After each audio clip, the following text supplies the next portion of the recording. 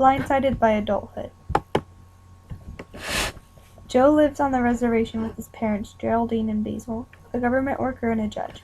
Joe lives a pretty cozy life for a kid in the 80s. He has a stable household, 3 best friends, Cappy, Zach, and Angus, tons of family around him, and of course, Star Trek.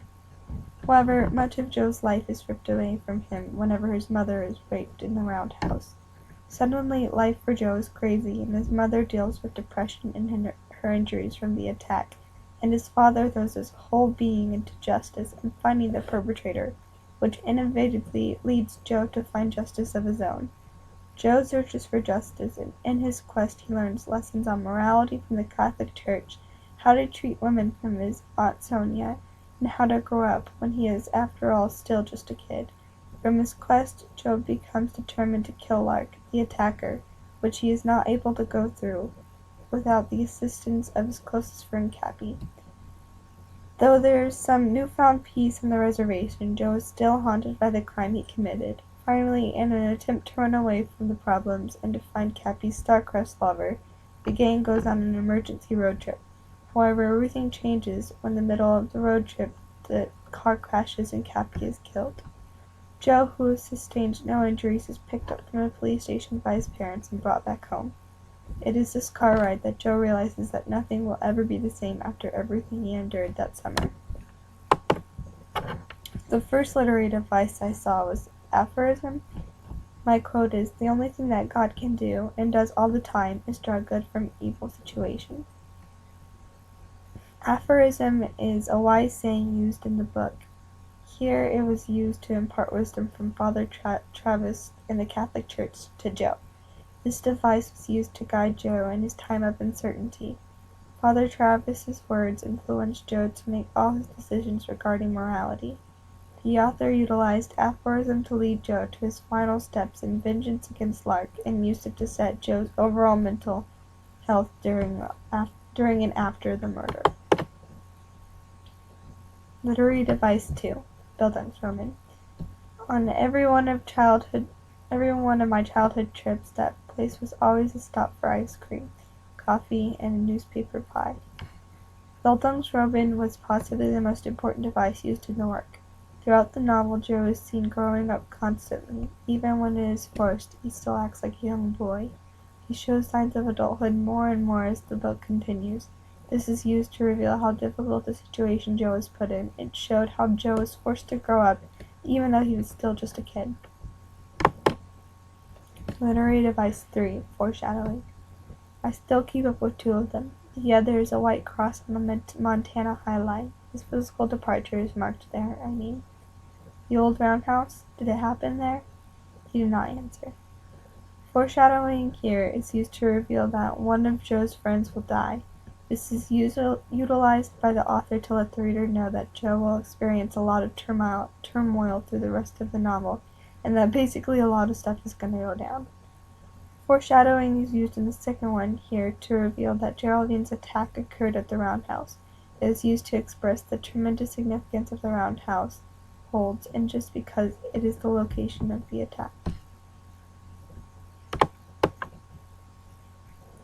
Literary device 4. Anecdote. I went past Popeyes and sinister porcupine hands and wispy hands and just saw Linda. I wanted to know about her, which is probably why she told me. The anecdotes are used in this part of the piece to provide background information about Linda.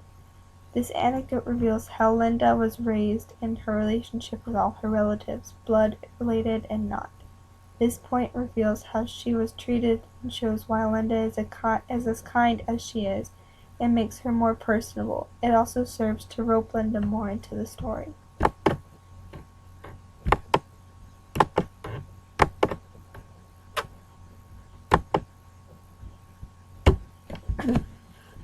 Text to self.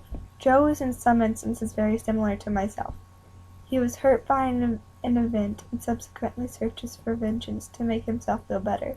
I can relate very much to this because whenever someone hurts me, something hurts me, it takes a lot of time for me to process it and deal with it and go about feeling better. Many times I want to hurt that person back. However, Where I differ from Joe is that I don't go through with this urge for vengeance, and I let my morals correct my views.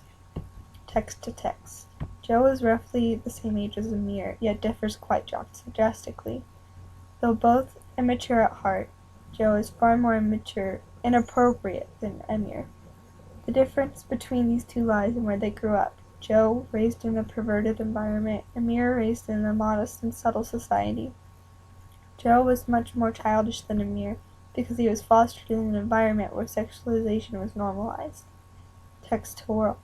Attacks against women happen every day in the world. However, in the Roundhouse, it opens up the view of abuse against women. This text helps to reveal that abuse occurs frequently and it needs to be talked about, so women will not have to deal with it the way Geraldine did. Setting. The setting was in North Dakota in 1988. The setting stayed in North Dakota summer of 1988. The setting played a role in the story because it was on the Ojibwe reservation, which influenced the society on the reservation and how Joe was raised.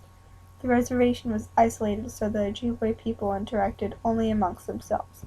This created a really tight-knit community where Joe could go to different houses whenever he wanted, and as soon as Geraldine was raped, everyone knew about it because she had such an important job on the reservation and because the community was so close. My favorite quotes are, "You gave me life, so let me do what I want with it." I like this because this is where Joe first embarks on adult thinking and begins to want independence. Thinks he owns me, but he'll find out he don't, huh? This quote stuck with me because Sonia knew that she was being objectified, yet she chose to stay and acknowledge that she was mistreated, which gave Sonia the power that the men thought they had. "I won't let him," she said. "I will be the one to stop him." I like this quote because Geraldine is finally enraged enough to react and fight against the awful happenings in her life. We just keep going. I really enjoyed this quote. That was also the very last sentence of the novel because it says that no matter what happens, life keeps going. Unique discoveries. 1 out of every 6 women has been a victim of sexual assault. However, American Indians are twice as likely to be victims of sexual assault. The story was based on many similar cases. Erdrich is a mixture of Ojibwe and other tribes. The Roundhouse has won 3 awards. 31% of rape victims suffer from PTSD after their attack. Final analysis. My final thoughts on the Roundhouse is that, honestly, I'm just sad now. I feel the book put me through many emotional turmoil, where in all reality the plot could have been solved much easier than how it was handled. I cannot say that I liked the book that much. I really didn't like it at all, actually. It was extremely inappropriate and it made me sad constantly. Also, the ending just cuts off. I feel like Erdrich just got tired of writing and was like, yeah, this seems like a good place to end it. But honestly, if I had the option to read more, I probably would, just so I could find out what happens next. As I said, the book cuts off rudely and abruptly.